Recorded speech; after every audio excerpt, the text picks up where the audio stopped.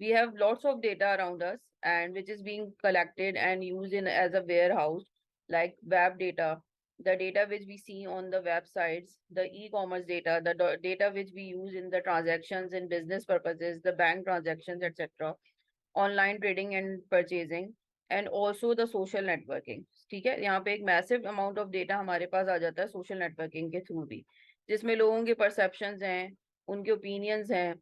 और web data में आपके पास जो है वो डिफरेंट वेबसाइट्स का डेटा है, चाहे वो आपके पास कमर्शियल वेबसाइट्स हैं, चाहे वो आपके पास बिजनेस वेबसाइट्स हैं। इसी तरीके से बिजनेस ट्रांजेक्शन्स जो हैं, फाइनेंशियल ट्रांजेक्शन्स हैं, इनका मल्टीपल डेटा है। हालांकि ये डेटा जो है वो सिर्फ इस पे रिलाई नहीं करता, और भी आपके पास बहुत डेटा है जो कि कवर कर सकते हैं हम वेब डेटा में।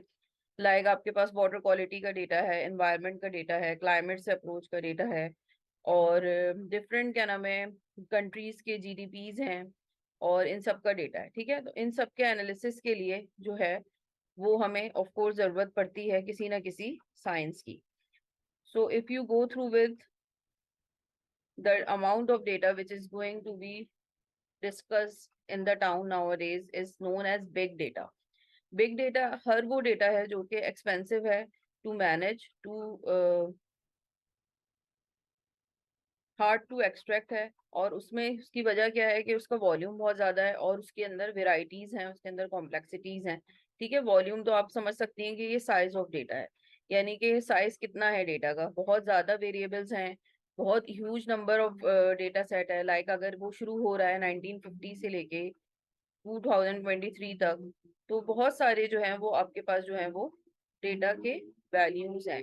But if you are going through with the formats of the data, like वो टेबल फॉर्म में है, किसी आपके पास उसमें है, जैसे कि like I am hoping that you are not writing something, okay, you are listening to me, very good. So if you are talking about that, what is the big data about?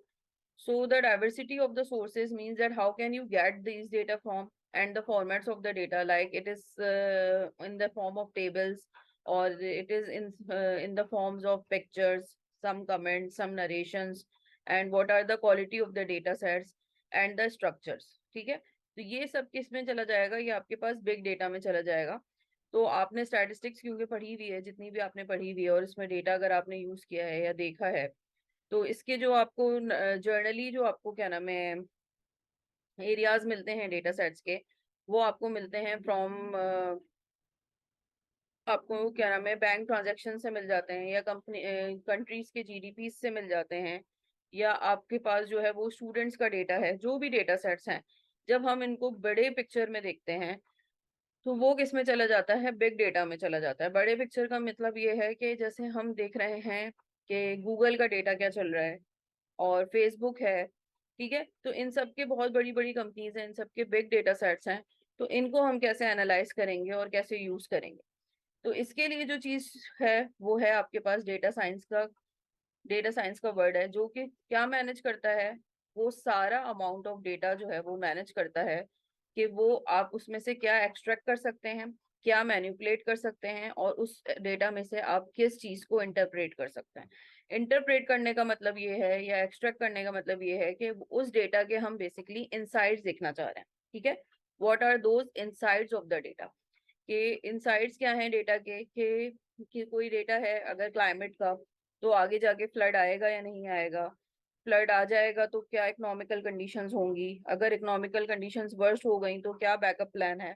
तो it means कि ये picture जो है वो connected है towards every her scenario of data के। जैसे अगर पाकिस्तान के मौसम का डेटा है और फ्लड से हम उसे कनेक्ट करें, तो वो ऑटोमेटिकली कनेक्ट हो जाएगा किस पे, आपके कंट्री के डेटा सेट पे। तो जो आपका एरिया ऑफ स्टडी होगा, आप उसके मुताबिक जो है वो इंसाइट्स लेंगे।